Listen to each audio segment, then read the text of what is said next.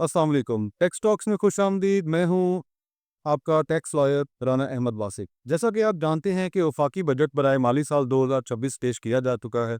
आज की इस वीडियो में हम आपके साथ इस बजट में जो तीरा नुकात हैं वो डिस्कस करेंगे और आने वाले दिनों में हम इन्हीं नुकात के हवाले से फर्दर भी डिस्कशन जारी रखेंगे। जैसा कि वफाकी बजट में सबसे पहली जो खुशखबरी है वो हमेशा सरकारी मुलाजमीन के लिए होती है। तो इस बजट में भी तजवीज़ दी गई है कि सरकारी मुलाजमीन और पेंशनर्स की तनख्वाह में 10% इजाफा किया जाए।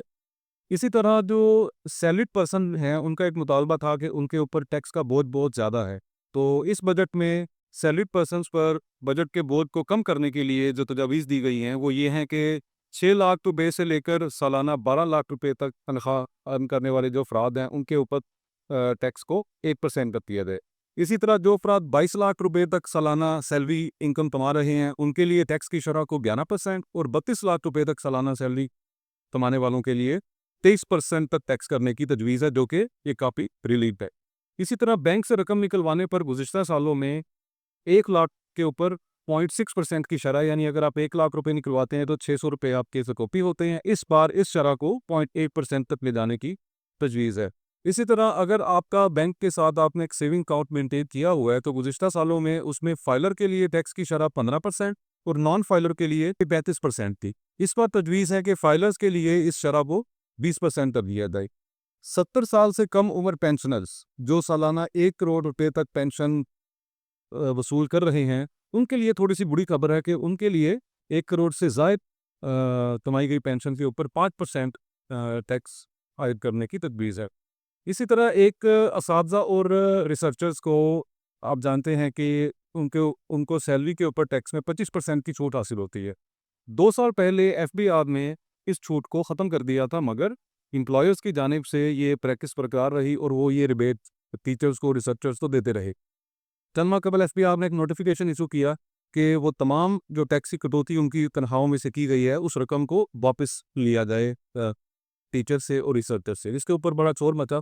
तो अभी इस बजट में ये क्लैरिफिकेशन दी गई है कि 30 जून 2025 तक कमाई गई जो सैलरी है, उसके ऊपर 25% टैक्स की छूट बरकरार रहेगी, मगर आइंदा साल के लिए उस छूट को ख़त्म करने की तजवीज़ है।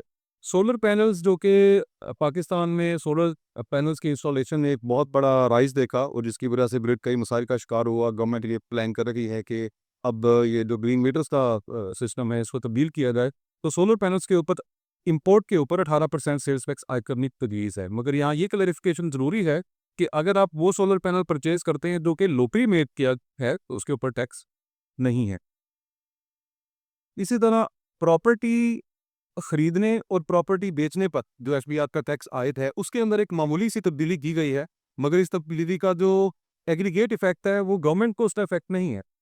जो सैलरी खरीदने वाला है, उसके ऊपर एफबीआर का टैक्स रेट गुज़िश्ता सालों में 3% था, जिसको नए बजट में तजवीज़ की गई है कि 1.5% कर दिया जाए। जबकि जो प्रॉपर्टी फ़रोख्त करने वाला है, उसके ऊपर जो 3% रेट था, उसके लिए 4.5% रेट मुकर्रर करने की तजवीज़ दी गई है। इसी तरह अगर कोई दुकानदार 2 लाख रुपए मालियत से ज़ायद नक़द सेल करता है, तो उसके लिए तजवीज़ की गई है कि उसको अपने स्टॉक के अगेंस्ट जो 50% कॉस्ट थी, वो डिसअलाउ कर दी जाएगी। वो उसको अपने बतौर कॉस्ट ऑफ सेल शो नहीं कर सकेगा। इसी तरह अगर कोई दुकानदार ऐसे सप्लायर से खरीदारी करता है जिसका एनटीए नहीं बना हुआ, तो उसको अपने जो कॉस्ट ऑफ सेल है उसमें से 10% डिसअलाउ किया जाएगा। एक नया कॉन्सेप्ट भी इस बजट में इंट्रोड्यूस करवाया गया है, वो है इनएलिजिबल पर्सन। आज से पहले ये था कि अगर आप प्रॉपर्टी या कोई एसेट में जा रहे हैं, तो आपके ऊपर टैक्स आयद होता था ये देखते हुए कि क्या आपका स्टेटस फाइलर है, नॉन फाइलर है या लेट फाइलर है। तो अब एक नया कॉन्सेप्ट इंट्रोड्यूस करवाया जा रहा है जो कि इनएलिजिबल पर्सन है। इसका मतलब ये है कि आप जब भी कोई एसेट खरीदेंगे, खा वो गाड़ी है या वो एक जायदाद है, उसकी एक मालियत का तयन एफटीआर की तरफ से किया जाएगा और उस मालियत अगर आपके गुज़िश्ता गोशवारों में आपके पास उतनी सेविंग्स मौजूद थी, उतने असासे मौजूद थे, फिर तो आप वो सासा खरीद सकते हैं, वरना आपको वो सासा खरीदने के लिए इनएलिजिबल करार दे दिया जाएगा। एक एफईआर को हमेशा मसला दरपेश रहता था कि जब भी कमर्शियल प्रॉपर्टी के रेंट की टैक्सेशन की बात आती है, तो उसमें उसका जो मार्केट रेंट है, उसका तयन कैसे किया जाए। तो बजट में तजवीज़ दी गई है कि प्रॉपर्टी की जो भी एसपीआर वैल्यू है, उसका 1% उसका रेंट कंसिडर किया जाएगा। ई-कॉमर्स और फ्रीलांसर्स उनको इस दफ़ा इस बजट में उनके ऊपर एक खसूसी नजर करम की गई है और कोशिश की गई है कि उनको टैक्स नेट में लाया जाए। तो ई कॉमर्स के सप्लायर्स जो कि अपनी गुड्स ट्रांसफ़र करते हैं या तो कोरियर के थ्रू भेजते हैं और सीओडी मॉडल में कोरियर कंपनी पेमेंट रिसीव करके उन्हें लाकर देती है वो, और अगर कोई कैश पेमेंट हो जाती है तो आपका पेमेंट गेटवे जिसके थ्रू आपने ऑनलाइन मौके पर पेमेंट की, तो उन दोनों को पाबंद करने की तजवीज़ है कि वो सेलर को पेमेंट देने से पहले एज अ विदहोल्डिंग एजेंट उसमें से टैक्स की कटौती करें। और इस बजट में कुछ मखसूस अफराद के ऊपर पाबंदी आयद करने की भी तजवीज़ है कि अगर वो सेल्स टैक्स में खुद को रजिस्टर नहीं करते तो उनके बैंक अकाउंट को बंद किया जा सकता है, जायदाद की मुंतकिली पर पाबंदी की जा सकती है, इवन उनके कारोबार को सीज किया जा सकता है और उनके जो स्टॉक है उसको ज़ब्त भी किया जा सकता है। ये हमने आपके सामने बयान किए इस बजट में जो अहम नुकात, और आने वाले दिनों में इस पर डिस्कशन जारी रहेगी। आपकी राय का इंतज़ार है। अल्लाह हाफ़िज़।